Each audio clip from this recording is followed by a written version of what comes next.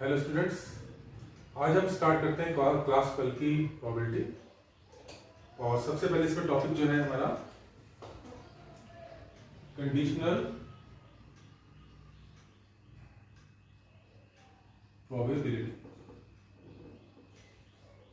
ठीक है, अभी तक हम छोटी क्लासेस में सिंपल प्रोबेबिलिटीज पढ़ते थे। तो किसी भी इवेंट की जो प्रोबेबिलिटी होती है हमने पढ़ा है कि the number of favourable events upon total number of events. तो हम जो रेशियो निकालते हैं ये हमारी किसी भी इवेंट की प्रोबेबिलिटी होती है। ठीक है, लेकिन अब हम पढ़ेंगे कंडीशनल प्रोबेबिलिटी। ठीक है, जो कंडीशनल प्रोबेबिलिटी है वो थोड़ी डिफरेंट हो जाती है। जैसे फॉर एग्जांपल अगर हमें डाइस देखी, ठीक है, डाइस में हमारे 6 नंबर होते हैं, ठीक है, बराबर आ सकते हैं। तो अगर हम पूछे कि नंबर 2 आने की प्रोबेबिलिटी क्या है, तो सिंपल हो जाएगा, नंबर 2 एक ही बार है और टोटल नंबर 6 है, तो 1/6। ठीक है, बट कंडीशनल प्रोबेबिलिटी में क्या होता है कि हमें कंडीशन गिवन होती है। जैसे फॉर एग्जांपल ये पूछा जाए कि dice is thrown and there is condition, it is given that even number comes, then what is the probability of getting 2। ठीक है, तो उस केस में हमारे पास कंडीशन है कि इवन नंबर आ चुका है, नंबर सिर्फ इवन ही आएगा। ठीक है, तो टोटल नंबर इवन जो होते हैं 3 होते हैं, 2, 4 एंड 6। तो 2 आने की प्रोबेबिलिटी हो जाएगी 1/3। तो इस तरह से कंडीशनल प्रोबेबिलिटी जो होती है वो चेंज हो जाती है। ठीक है, तो आज हम स्टार्ट करेंगे हमारी कंडीशनल प्रोबेबिलिटी से। और कंडीशनल प्रोबेबिलिटी का सिंपल फॉर्मूला होता है, सपोज कि ई एक इवेंट है, ठीक है, और उसमें एक कंडीशन है, एक और इवेंट की कंडीशन है। तो कंडीशन जो एफ है, ठीक है, तो हमें निकालनी है probability of E when F has already occurred. जब कंडीशन है कि एफ हो चुका है, ठीक है, तो इसको इस तरह से लिखते हैं पी ई अपॉन एफ। तो this is probability of E given that F has happened. ठीक है, तो इसका सिंपल फॉर्मूला है P E intersection F upon P F. और अगर ये क्वेश्चन हमें पूछा जाए कि what is the probability of F given that E has already occurred, तो हम उसको इस तरह से लिखेंगे। ठीक है, और इसका फॉर्मूला हो जाएगा P F intersection E upon. ठीक है, तो ये फॉर्मूला यूज करके हम कंडीशनल प्रोबेबिलिटी निकाल सकते हैं। अब हमारे पास ये क्वेश्चन है कि family has 2 children, what is the probability that both the children are boys given that at least one of them is a boy. तो हमारे पास टोटल सैंपल स्पेस है, जो फैमिली जो है जिनके 2 बच्चे हैं। ठीक है, एंड हमें प्रोबेबिलिटी किसकी ढूंढनी है, that both the children are boys, इसकी प्रोबेबिलिटी ढूंढनी है। बट इसमें कंडीशन गिवन है कि given that at least one of them is boy. तो इसमें कंडीशन गिवन है, तो ये कंडीशनल प्रोबेबिलिटी के हिसाब से निकलेगा। तो सबसे पहले हम इसका सैंपल स्पेस बनाएंगे। सैंपल स्पेस एक सेट है जिसमें हम बनाएंगे टोटल इसमें क्या क्या हो सकता है। ठीक है, फैमिली हैज 2 चिल्ड्रन, तो अगर 2 चिल्ड्रन हो गए तो हो सकता है कि हमारा पहला बॉय हो और फिर दूसरा भी बॉय। ठीक है, नेक्स्ट हो सकता है फर्स्ट बॉय देन गर्ल। ठीक है, या ये हो सकता है कि लड़की पहले पैदा हुई हो और फिर बॉय बाद में। यह हो सकता है कि लड़की हो और फिर दूसरी भी लड़की। ठीक है, तो हमारे पास 4 एलिमेंट्स हो सकते हैं इस सैंपल स्पेस में। ओके, अब हमारी प्रोबेबिलिटी निकालनी है, जो ई है जिसकी प्रोबेबिलिटी निकालनी है। तो कैसे पहचानेंगे, ई है जिसकी प्रोबेबिलिटी निकालनी है, what is the probability that both the children are boys. E है event both the children are boys. ठीक है, और कंडीशन जो है वो एफ है। एफ क्या है, condition given that at least one of them is boy. F is event at least one of them is a boy. ठीक है, अभी हम फॉर्मूला लगाएंगे, लेकिन उससे पहले हम ई और एफ के प्रॉपर इक्विवेलेंट्स बना लेते हैं। तो ई क्या है, सैंपल से even both the children are boys. ठीक है, तो ई हमारा ये आ गया, ई सिर्फ ये आ गया, तो ई है हमारा B. F, what is F? At least one of them is a boy. ठीक है, तो एटलीस्ट में ही आ जाएगा, एक या एक से ज्यादा भी हो सकता है, क्योंकि एक बार दोनों बार, तो एटलीस्ट वन ऑफ देम में ये आ जाएंगे। ठीक है, तो तीन इवेंट्स आ जाएंगी, सॉरी तीन एलिमेंट्स आ जाएंगे, बीबी, बीजी एंड जी। ठीक है, तो एफ में हमारे तीन एलिमेंट्स आ गए। अब हमारे प्रॉपर्टी निकालनी है पी ई अपॉन एफ। तो इसका फॉर्मूला होता है P E intersection F upon P F. ठीक है, तो इसके लिए हमें इंटरसेक्शन भी चाहिए, तो ई और एफ का इंटरसेक्शन चाहिए। तो देखो ई और एफ का इंटरसेक्शन क्या होगा, ई इंटरसेक्शन एफ इवेंट बनानी पड़ेगी, तो सिर्फ एक ही इंटरसेक्शन है, तो ई इंटरसेक्शन में ओनली बीबी वाला एलिमेंट है, तो ये एलिमेंट इंटरसेक्शन है।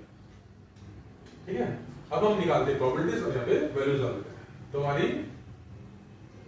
P इंटरसेक्शन F की प्रोबेबिलिटी क्या है, एक है इसमें इवेंट, टोटल इवेंट 4 है, इट इज 1/4। ठीक है, और PF की क्या हुआ probability, PF probability of F जो है, इसमें 3 इवेंट्स है, तो टोटल हमारे सैंपल से इसमें 4 है इवेंट्स, तो 3/4। ठीक है, तो P E अपॉन F, तो कंडीशनल प्रोबेबिलिटी E की होगी दिस अपॉन दिस, तो ये 1/4 डिवाइडेड बाय 3/4। इसको सॉल्व करेंगे तो वी गेट 1/3। तो इस तरह से हम सॉल्व करते हैं। अब एक सेकंड क्वेश्चन करते हैं। Two coins are tossed once where जो E है event, tail appears on one coin and F है one coin shows head. And हमें फाइंड करनी, we have to find condition probability E given that F has already occurred।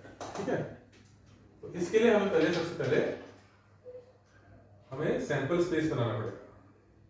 We need to find the sample space. तो जब दो point toss करते हैं तो sample space क्या होता है, हमारे पास हो सकता है बोथ हेड,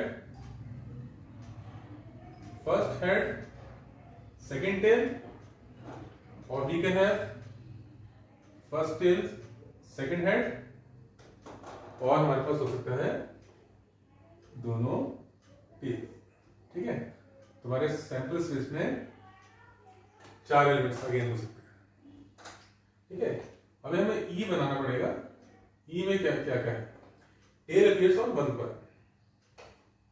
ठीक है, तो वन कॉइन में टेल, तो ये हुआ स्पेस, तो इसमें वन कॉइन में टेल होना चाहिए, तो ये एस टी होगा या टी एच होगा। एफ क्या है, वन कॉइन शोज हेड। ठीक है, वन कॉइन शोज हेड, तो भी सेम हो गया, वो भी एस टी और टी एच हो गया।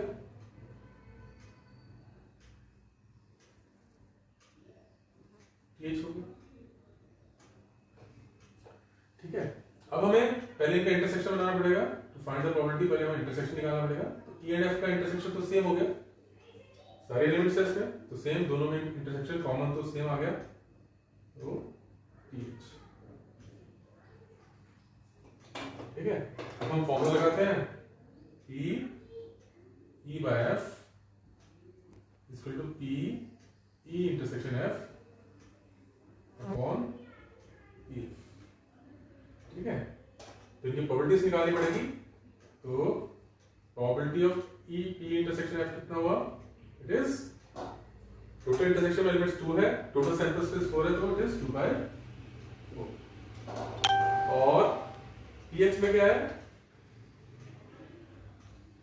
प्रोबेबिलिटी एफ जो है, एफ में 2 एलिमेंट्स है, तो उसके एलिमेंट्स 2 हैं, एफ की टोटल सैंपल स्पेस की 4 है, तो it is again 2/4।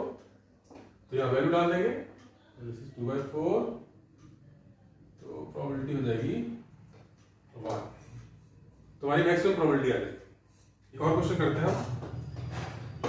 An instructor has a question bank consisting of 300 easy true-false questions, 200 difficult true-false questions, 500 easy multiple-choice questions, and 400 difficult multiple-choice questions.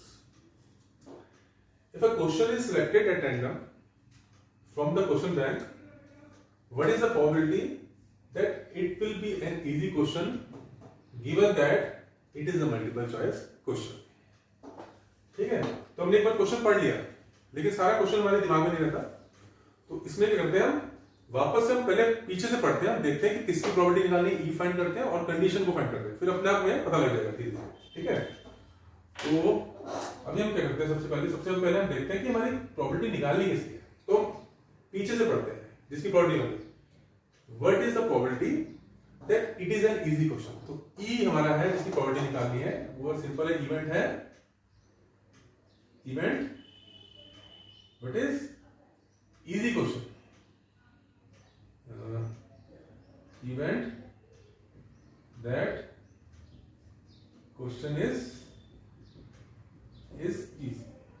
ठीक है, ये मैं निकालनी प्रोबेबिलिटी। एंड एफ क्या है, एफ इज कंडीशन, कंडीशन जो given है, given that it is a multiple choice question. तो एफ है इवेंट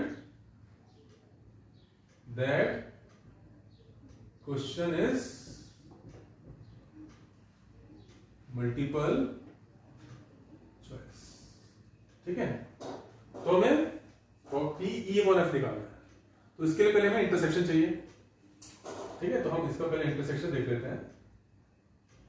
ठीक है, इसमें हम प्रॉपर इनके इवेंट्स तो नहीं बनाएंगे क्योंकि ये तो बहुत ज्यादा क्वेश्चन है, तो हम नंबर ऑफ एलिमेंट्स देखेंगे, सब में कितने कितने एलिमेंट्स। ठीक है, तो ई इंटरसेक्शन एफ क्या है, event that question is easy, event that question is multiple choice. तो इंटरसेक्शन का क्या होगा कि क्वेश्चन इजी भी है और मल्टीपल चॉइस भी, तो it should be a easy multiple choice question. तो सबसे पहले स्टार्टिंग देख लो, ये हमारे 500 इजी मल्टीपल चॉइस क्वेश्चंस हैं। ठीक है, easy and multiple choice both, तो हमारा इंटरसेक्शन हो गया ये। तो number of elements in intersection F is 500। ठीक है, और हमारे एफ में कितने एलिमेंट्स हैं, multiple choice, total multiple choice question. ठीक है, टोटल मल्टीपल चॉइस कितने हैं, देखो 500 इजी मल्टीपल चॉइस क्वेश्चन है, 400 डिफिकल्ट मल्टीपल चॉइस क्वेश्चन है, यानी total number of multiple choice questions are 900। ठीक है, अब हमें इसकी प्रोबेबिलिटी निकालनी है, इसकी प्रोबेबिलिटी निकालनी है। ठीक है, तो probability of E intersection F जो है 500 upon total question. Total question कितने हैं, टोटल क्वेश्चन हम ऐड कर सकते हैं। टोटल क्वेश्चन क्या है, 300 इजी है,